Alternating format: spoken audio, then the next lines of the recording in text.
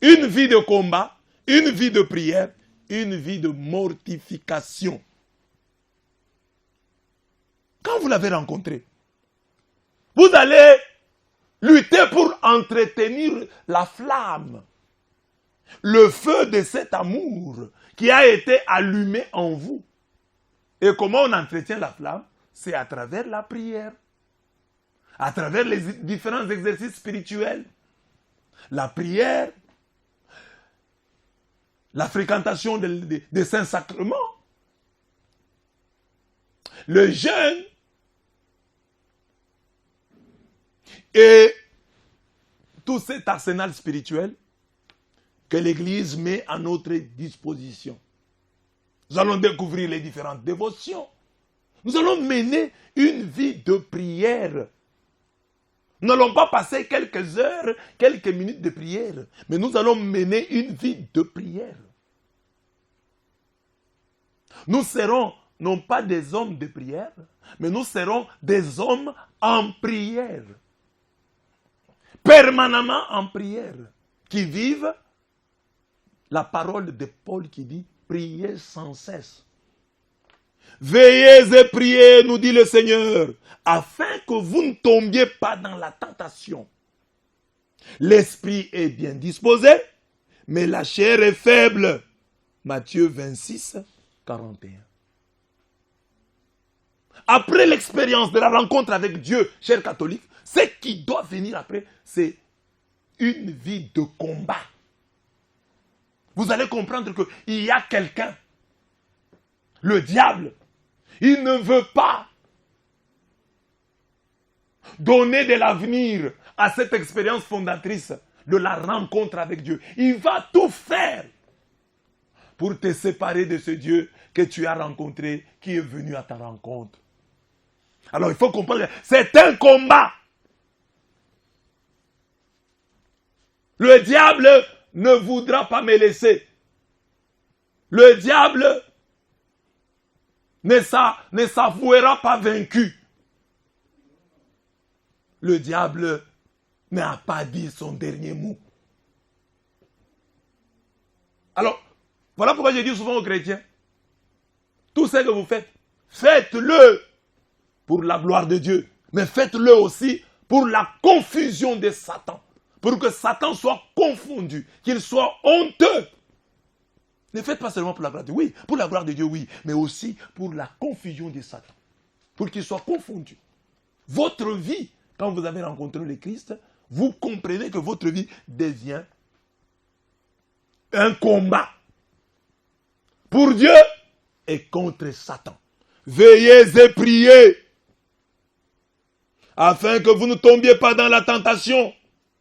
L'esprit est bien disposé, mais la chair est faible. Matthieu 26, 41. Quand vous l'avez rencontré, vous entretenez cette flamme. Vous allez voir, vous allez commencer à vous réveiller la nuit pour prier.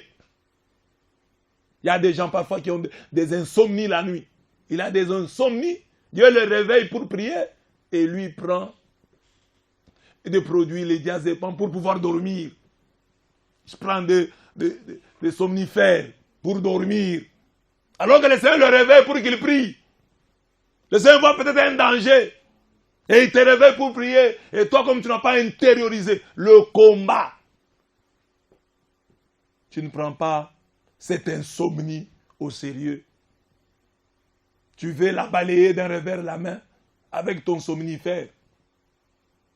Veillez et priez. David disait, toute la nuit, je pense à toi et je reste des heures à te parler. C'est dans la Bible.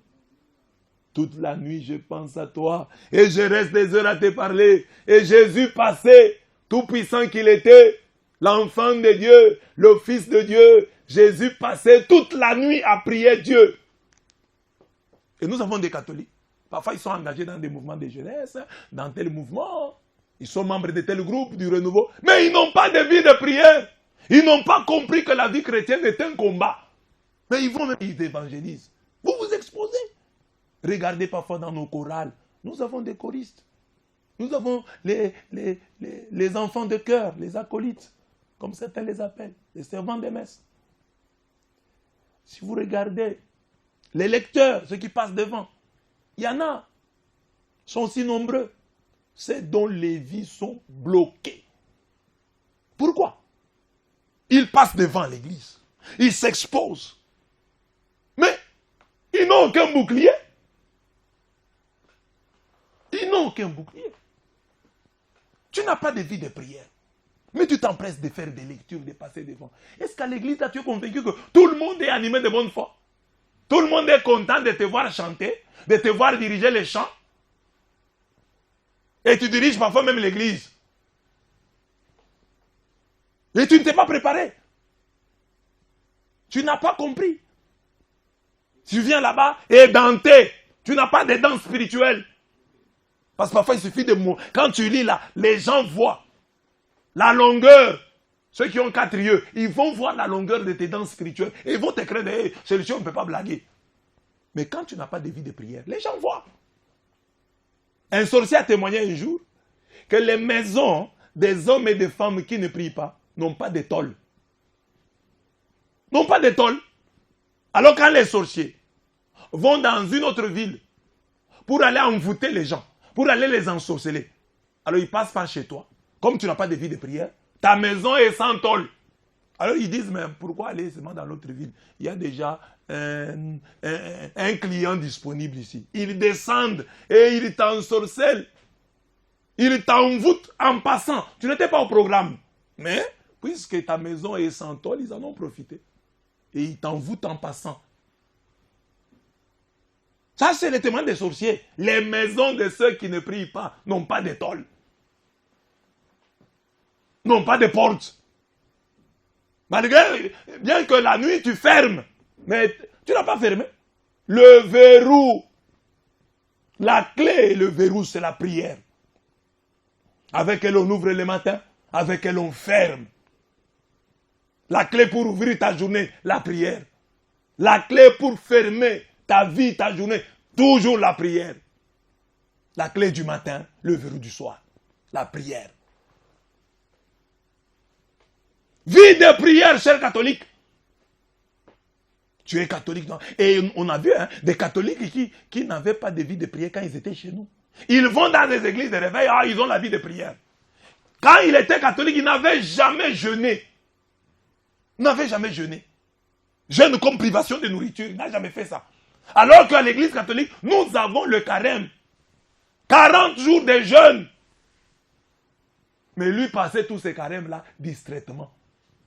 Il n'a jamais jeûné. Il va apprendre à jeûner quand il aura 40 ans.